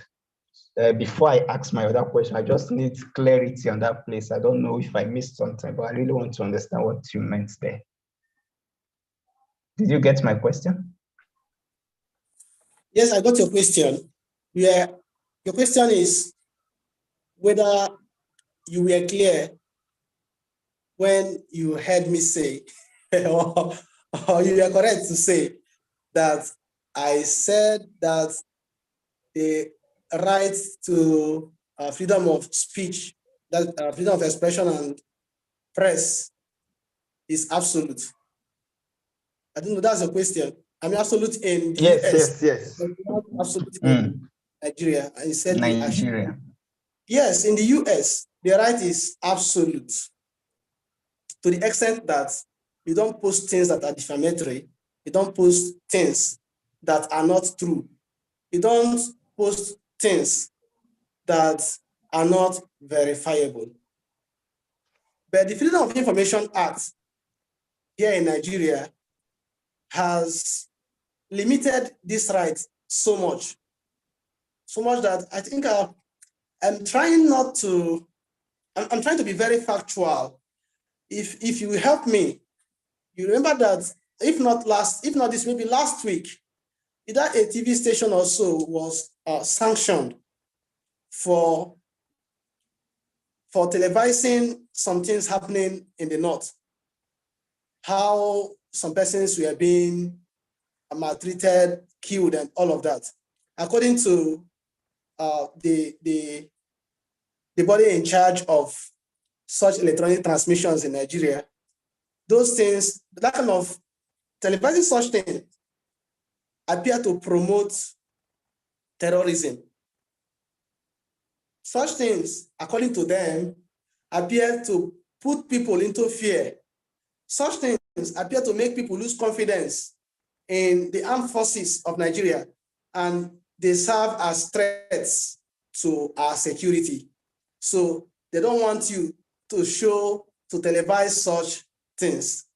And that is why sometimes it's even difficult for you to know the actual number of persons who died whenever there is any such incidents, because people are restricted. There are things you can't display. There are things you can't show people. There are things you can't talk about the way they are because of certain laws in Nigeria, particularly Freedom of Information Act and other laws that provide for the use of social media handles and those sites. I think was it last year also? It's not even long. They lifted the ban on Twitter because according to them, Nigerian youths were using it as a medium to unseat the throne, if I should say, the present government. And according to them, it was an act of terrorism. So, but then just know that you have this as for pride. You can use these handles. You can use social media, but be sure that whatever you're posting is not defamatory. Don't tell lies about or against people. Don't also, because you want to push a particular narrative, post things that are untrue. No matter how much you love President Buhari, don't tell us that he has done what he hasn't done or what he didn't do. No matter how much you hate him, don't tell us that he permitted an unlawful act when he didn't permit it. Don't tell us that he did what he didn't do. So when you get information, it is very important for you to first check whether the information is true, whether the information can be verified, can it be confirmed, whether the information would help the society in any way. If they are not true, if they can't help the society in any way, if they can't be verified, you don't even know the source of the information, there may be no need to share until you've met this requirement. I have an article on clicking the forward button and legal implication, because sometimes people see WhatsApp messages, Facebook messages, and they forward, they share, they forward and forward and forward and forward. There are legal implications. Maybe if there is a program like this again, or for persons who can reach me personally, I can share with you this article so that you can be much more informed about the use of social media and the legal implication of whatever it is you post on social media or whatever it is you share.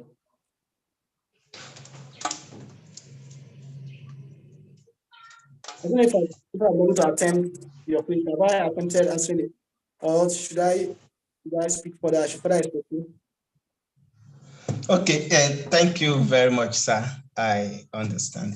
You've answered me. But then, in Nigeria, especially, should I say Nigeria, especially in this present administration we have here in Nigeria, there seems to be a very thin line between the limits of our fundamental rights. The limits of our fundamental rights. I know they said rights are not absolute. Even though you have rights, it shouldn't be absolute and the rest. But then understanding where our rights stop seems to be very difficult in this country as we have it today. And that leads me to the next question I want to ask. You made mention of the Twitter that they just unbanned recently. Yes, they unbanned it because they alleged that some people were using it to plan against the government and they're spreading fake news. And then now, where is the limit to government action against these things? I know it's wrong to use social media to spread fake news and then to try to topple the government. I know all those things, but then how do we determine the limit of the government in stopping? Because normally a responsible government will not sit back and watch people doing things that they are not supposed to do, like spreading fake news against the government. They should control things. But then, how do we determine the extent the government can go in trying to enforce these laws or sanity in the system? How do we determine? Because most time we find out that when they allege these things that people are using it to spread fake news, is actually because what these people are saying are anti-government things. They're saying things that are not good for the government, not necessarily because it's wrong by the law, but because the government does not feel good about it. You see them coming down on the people. When I mean the people, I mean the youth. You see them coming down on us with a sledgehammer, not necessarily because what we're posting is wrong, but just because it doesn't speak well of their government. That is why. So how do we know our extent, the extent we can go, and the limits of our expressing our freedom of expression? Okay, first is that the Constitution answers your question. The Constitution in its section 45 provides for instances when our rights, particularly in section 37, 38, 39, 40, and 41, can be derogated from. The right to freedom of expression and press, the right to privacy or family life, the right to freedom of movement, the right to press. There are instances where the rights can be derogated. And one of them is when it has to do with the protection of other people. First is that you have the right to stay in your house. You have the right to lock your door. You have the right to accommodate whoever you want to accommodate. But where it becomes necessary for us to search your house, for us to conduct a search, that right of privacy may then be infringed upon lawfully, in as much as we do the right thing. Because okay, I have a nugget on search of person and search of premises. I could also send to you after now, so that we know the do's and don'ts when it comes to searching premises or violating people's privacy. So where we need to check your surrounding, your premises, to recover a missing property or to capture a criminal without your permission, in as much as we've done the right thing, we've done all that should be done, we can then access your premises. Okay, let's say, for example, somebody has killed somebody somewhere and the person probably is on the run and people are pursuing him, wanting to catch him. We don't need your permission if the person jumps through your fence and enters your compound for us to also jump and capture the person. Do we? Of course, no. Because the act is still on, the person was caught right there at the spot.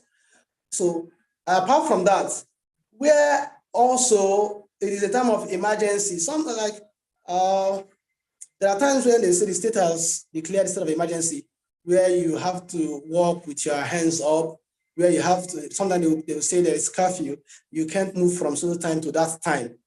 So you see that your right to freedom of movement is limited for the security and welfare of the state, that is Nigeria or your component state or the people around you. Sometimes too, it may be for us to enact some reasonable, there are some laws that may be reasonable, that when we enact them, it may, it may in one way or the other affect your fundamental rights. Where those laws are enacted and they are deemed reasonable, maybe they are challenged in a court and the court sees them as reasonable, such law, if it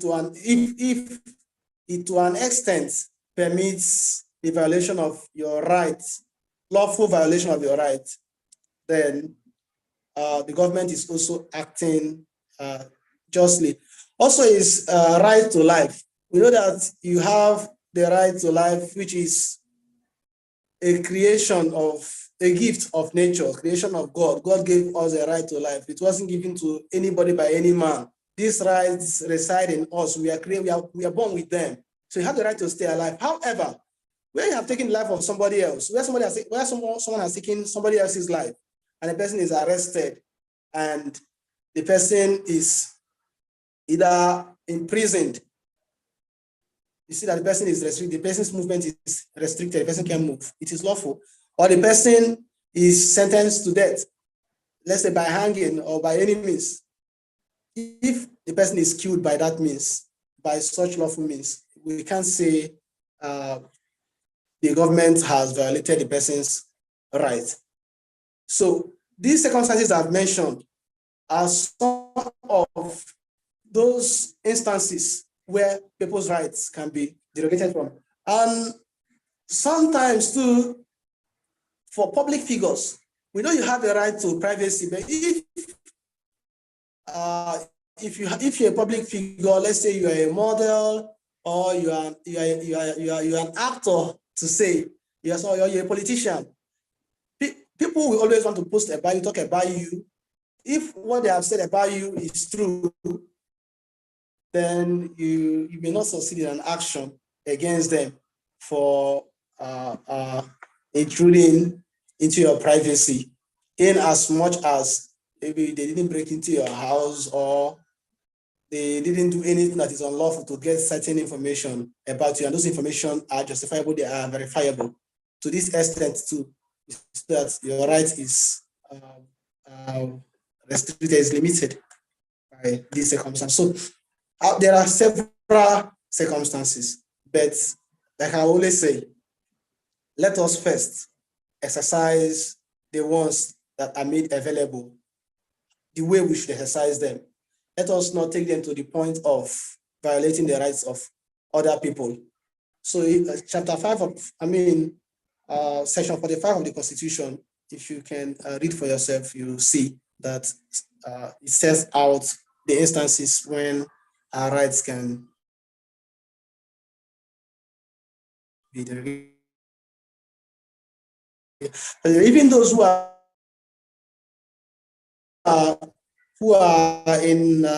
doing their compulsory, those who are into the forced labor, forced or compulsory labor, because you are doing NYSC. They tell you to march, you have to march. They tell you to jump, you have to jump. They tell you to do manual drillings, you have to do them because the law permits, the Constitution permits your rights to be violated at that time, because at that point it is the violation is lawful, but not like what we saw some time ago when a particular corps member was asked to kneel down and people were fetching water from the gutter and pouring on her. That one is not it. That's a pure case of rights violation. So, Okay. The list is just inexhaustible. They are inexhaustive. Okay. Okay, Mr. Ebere, are you okay now? Okay, because myself, I have a question for you, Mr. Austin, on this right issue. In a situation where you're before these people and your basic human right is already being violated, what do you do? Do you start fighting the person, or do you obey before complaining, or what should you do at that point?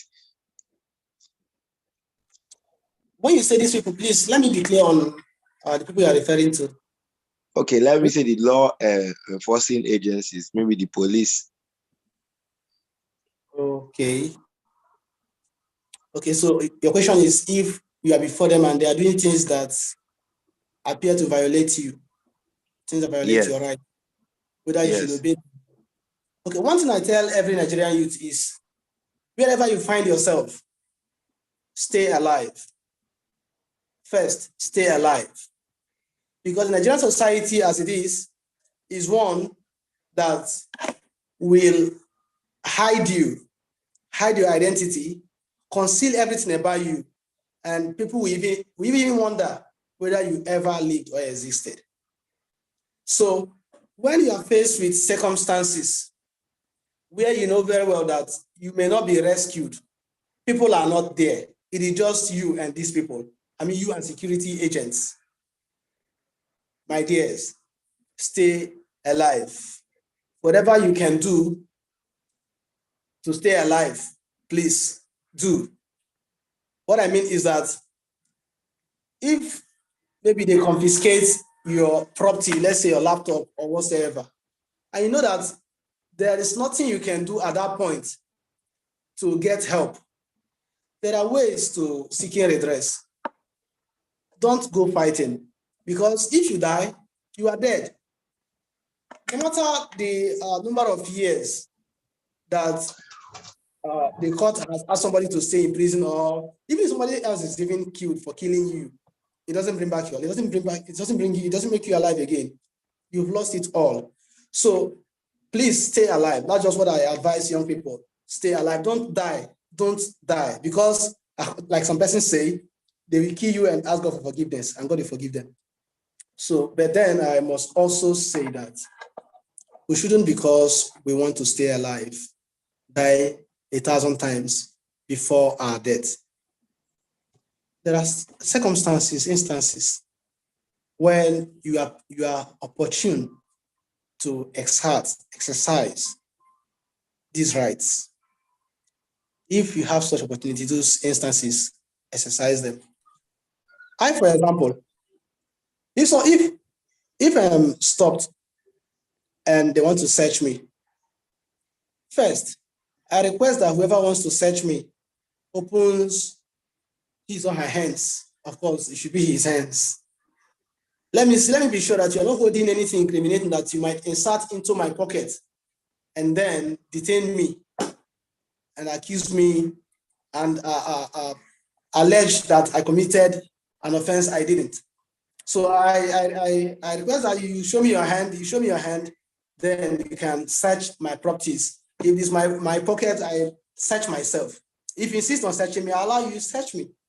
I know certainly I won't have any, but then please always try as much as you can when you are in a public place or when you are living in a public place to search yourself. We've had instances where people were set up and incriminating things were found on them. Then for a woman out there, it is not for a man to search you. Even in school, those who are writing exams, it is not right for somebody to put his or her hands, no matter the gender, into your private part in the name of trying to gather some things that are incriminating. It is wrong, it is illegal, it is not justifiable. So these instances, we can exercise these rights. A policeman wants to wants to be thieved, he wants you to give him money before he can let you go. If, of course, theoretically, you shouldn't.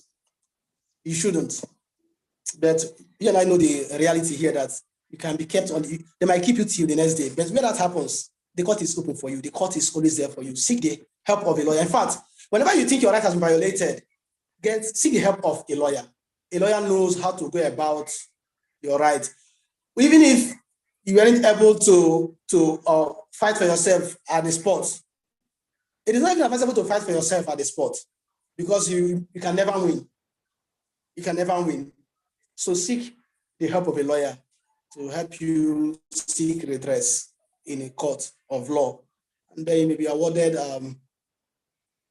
some reliefs, maybe granted some reliefs.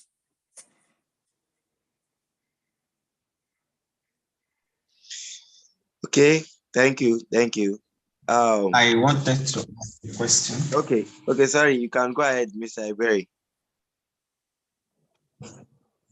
Okay, thank you very much, Mr. Austin, once again. Sorry, I'm asking too many questions, but then it's in our society here now. I think this issue of human rights is a very major issue to the youths. We've suffered a lot based on this human rights. So now, I find out that most times it's actually not the lack of knowledge of this human right that is our problem. A lot of us, most informed youths out there, they know this right. Maybe not as detailed as you people know, but we know these basic rights we are entitled to. But then, despite the fact that we know them, we are still being deprived of them on a daily basis. And then there's nothing we can do about it. You go out there, especially in the hands of security agents, you see them intimidate you, do a lot of things to you, and you know these things are wrong, but then there's nothing you can do about it. Then from the hand of the government to from the hand of your employers and a whole lot, every day we keep being deprived of this right. And then the problem is not that we are not aware of these rights. We know some of them, but then we are being deprived. So now my question is, let's be practical now. What do you advise us youths? How can you as a professional advise us youths now going forward to help us at least, how do I put it now? How do we stop ourselves from being deprived of these youths, of these basic rights going forward? Because we know them, yet there's most times we are helpless. So what can you advise us? How do we stay on top of the situation? How do we stop ourselves from being deprived, being intimidated every day and there's nothing we can do about it? That's number one, is a twin question actually. And then number two, it seems our accessibility to this human right, despite they say it's basic, it's fundamental, but then it seems our accessibility to these things is costly. When I mean costly, I mean in terms of monetary value, it's very costly to access this basic right, or if you are deprived of this basic right, to seek redress seems to be very costly. And that is why you see a lot of people, despite they know what the rights available to them, they choose to overlook. Even when they are being deprived, they choose to overlook because it seems to seek redress is costly. So what tips can you give us that will help us? Let me just put it that way. Thank you very much. All right, first, we ask, what is my advice to the young people out there? What do I have to tell them to help them exercise or exert their fundamental rights, even at the point of deprivation, even when they are being deprived? Okay, first of all, I think we need to know that all he has is a fellow young person, a fellow young people. Nigerian youth should try very hard to participate in the day-to-day politics and policies of Nigeria. If the Nigerian youth doesn't involve himself, is not careful or is carefree, is not interested in the policies upon which political parties are structured, or the policies upon which a particular aspirant for a political position seeks to operate on, or the policies, or let me say the enforcement of the policies as enshrined in the 1999 Constitution, particularly Chapter 2, that provides for fundamental objectives and directive principles of state policy. If Nigerian youth is not careful about these things I mentioned now, then we've not even started. It's because since it is the youths who suffer most, I think that it will take a young person to effect changes. Because most times we tend to understand situations, circumstances better when we probably are victims or at some point become victims. So young people, be concerned with Nigerian politics. Don't say you are not interested in politics. You should, because politics has to do with government, and how you're governed will affect your growth, will affect your opportunities, will affect your chances, or even your personality. The average Nigerian today who goes out there, outside Nigeria, sometimes, in fact, most times, is being termed a terrorist, is looked at as a criminal, is treated unfairly because of what Nigerians out there or Nigerians here have done. So if we will save ourselves from this undue oppression, this regular suppression, we have to be involved in policies, in the politics, and then in the policies. We should be concerned about the religious policies, educational policies, we should be concerned about economic policies. These things are in the Constitution. So we should ask questions, is the government following it? If it is not, then we should rise up and vote out the government that we think is not upholding these things, and voting those we think can do them. But don't forget what I said. It will take young people to better solve the problems of young people.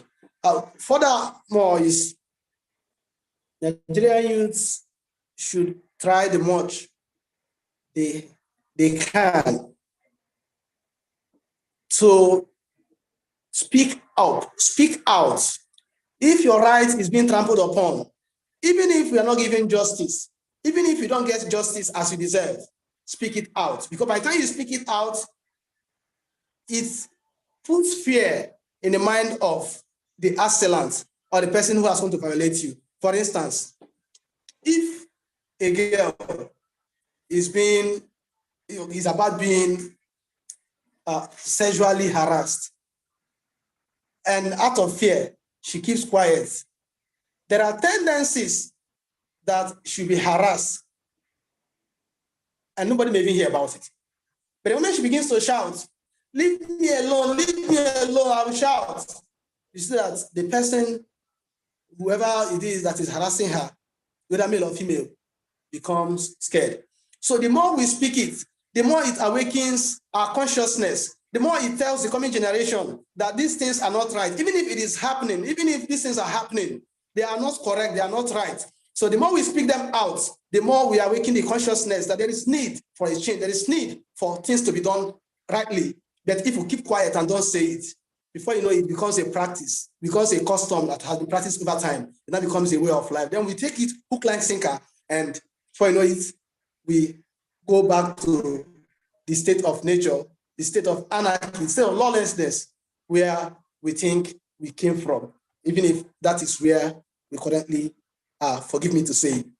Then another thing is that the Nigerian youth should try to support the Nigerian youth. You don't see a sister who is being violated and you walk away, turn your face. You don't see a brother who is being violated. An example is even when people take public transport, you see how drivers harass people. Sometimes maybe a lady who is fragile and cannot stand up for herself. People will be there watching. You see the person, most times young people, the person is being deprived of his or her right, or the person is being violated, and nobody says anything. Nigerian youth should rise up to that. We're all we have. We really have to fight. Then another thing I should say is that whenever your rights are being violated, please seek the help of a lawyer. Seek the help of a lawyer. And this takes me to the next question we asked. Why is it that, or is it not true that it is expensive to seek redress? Justice in Nigeria is costly. Justice is expensive. Justice in Nigeria seems more like a commodity of the poor that is being sold to the rich. That is what justice in Nigeria sometimes, most times, seem like. However, there are certain organizations that help you get justice. If, for example, you are violated, nothing stops you from seeking a succor from human rights. Nothing stops you from approaching any lawyer close to you to link you to any office where they do pro bono, that is where they fight causes, where they follow law causes, issues or matters, where they do matters free of charge. This institution, even we have FIDA, that is a body of, is an organization for female lawyers. They help girls, women who are maltreated, who are treated in a way that they shouldn't be treated. They fight their cause free of charge. They don't charge you. So there are actually institutions, there are NGOs, there are agencies that help you. There are even lawyers who help you do matters free of charge. Myself, I have some pro bono matters I'm handling currently. And during my service here, we also did, I belonged then to the Legal Aid Community Development Service Group. We did matters free of charge, and we were able to secure the release of some prison inmates at our African Correctional Center in Cross River State. So if you get the help of a lawyer, lawyers can help. Just don't think it is expensive and not make attempts. Seek the help of a lawyer. Some lawyers are good enough to help you. We have people who can actually help you, no matter how expensive it may seem.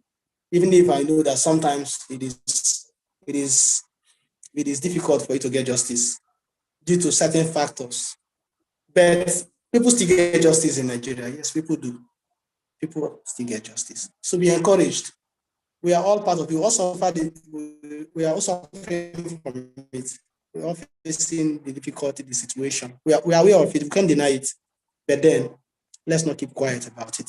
Let's speak it. Let's talk it. Let's criticize it. Let's speak against it. And let's try to be involved in decision-making process.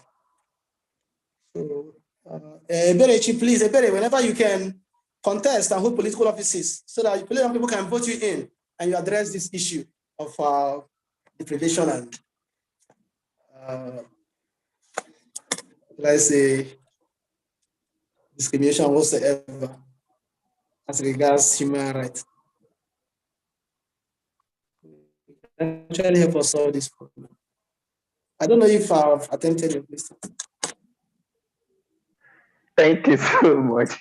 Thank you very much, Mr. Austin. Thank you so very much. Yes, you did absolute justice to the questions. And as for getting into politics, yes, that's a very, very valid point you make. It's not our fault anyway. Our politics today in this country seems to be very dirty.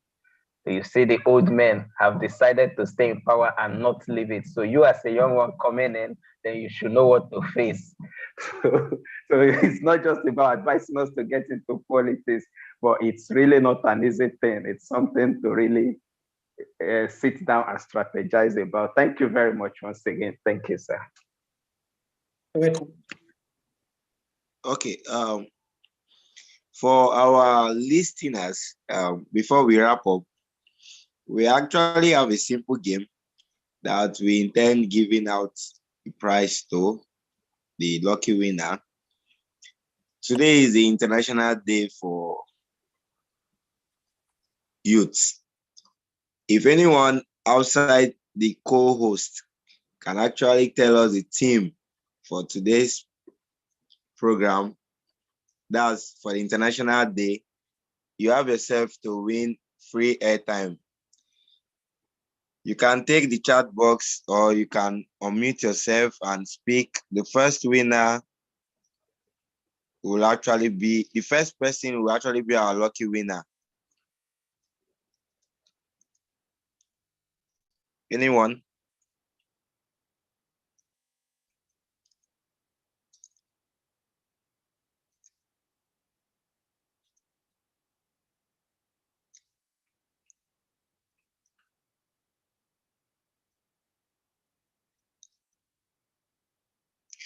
Somebody is actually itching me that he wants to speak, but it should be outside those that are the co-host. We have Collins, we have Ifeanyi Chukwu Ede, we have Esson. If you can tell us the theme for this year's International Youth Day, you have yourself to win a free airtime. Your time starts now. It will be over by 6:52.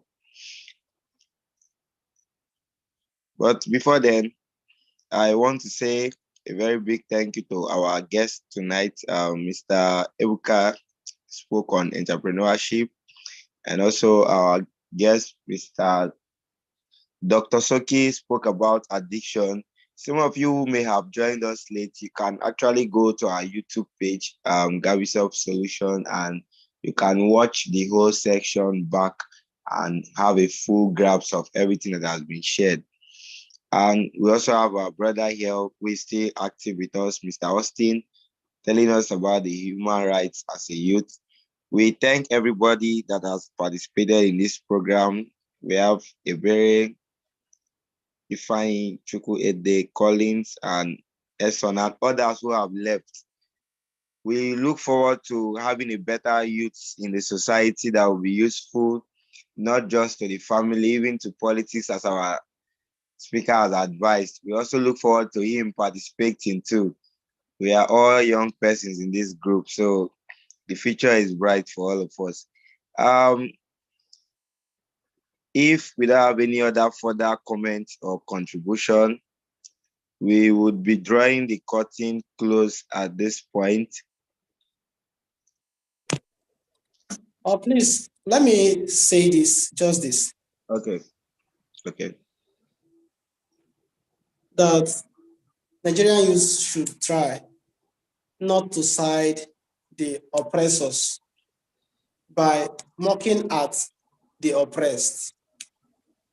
The moment we mock at the oppressed, the moment we make the oppressed person feel rejected, dejected, the moment we make the oppressed person feel mentally retarded, we have joined hands with the oppressor and we are bearing further fundamental rights. So when a girl is raped, for instance, we don't see her passing on the street and say, oh, look at that girl that was raped.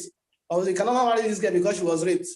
Instead, let us boo, let us, they'll say it's dragging on the internet. Let us drag the person who has raped. The people who should be ashamed should be the person who has committed the act and not the person against whom the act was committed.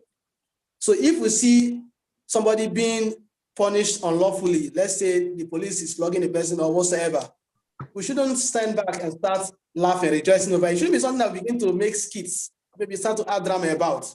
No. By so doing, we are promoting these things. We are promoting the things we are complaining about.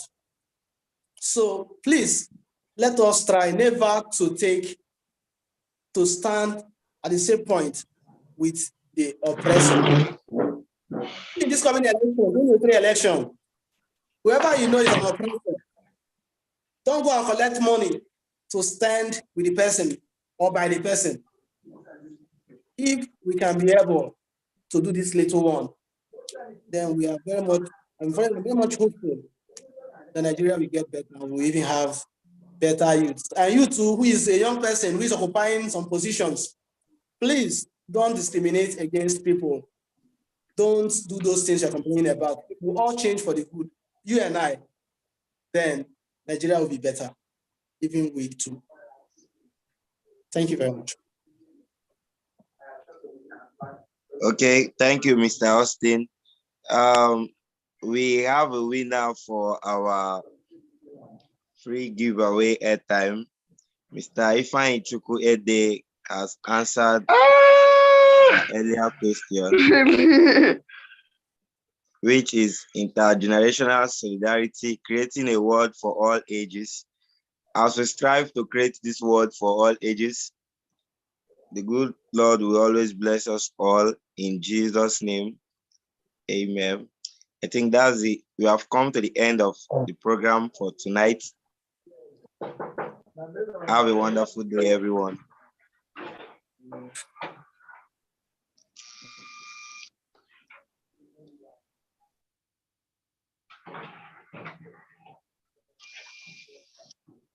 I live for meeting, guy.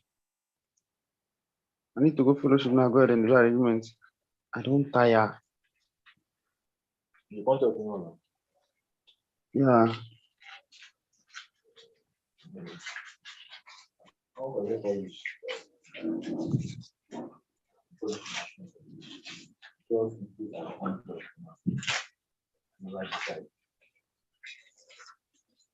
Be careful. I'm just very tired. If I go there now, they will look me like that. Why? Now they come. You know what I'm saying? They ain't no good now.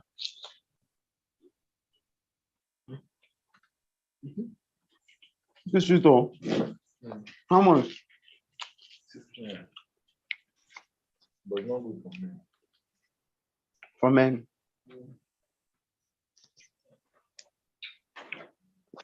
I don't know the video.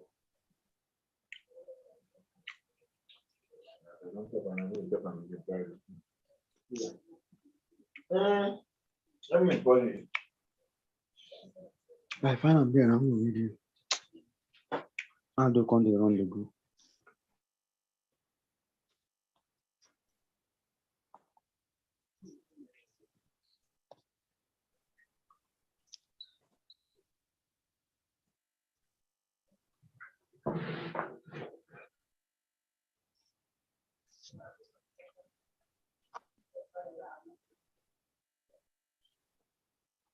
The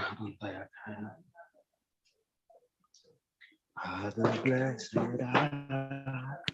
of pray, trust in Him we believe. There is blessings is coming. My follow you, they rush out. Life no easy. I get some messages unreplied today. So Google meeting to go and miss at 10 to 1. Fellowship would expect me, one person. I get pictures from our orientation today, one I need to customize. I get minutes I need to write, send to group, one person. I don't do that scam guy. When you be adult, you won't really they useful, they very stressful. Very stressful.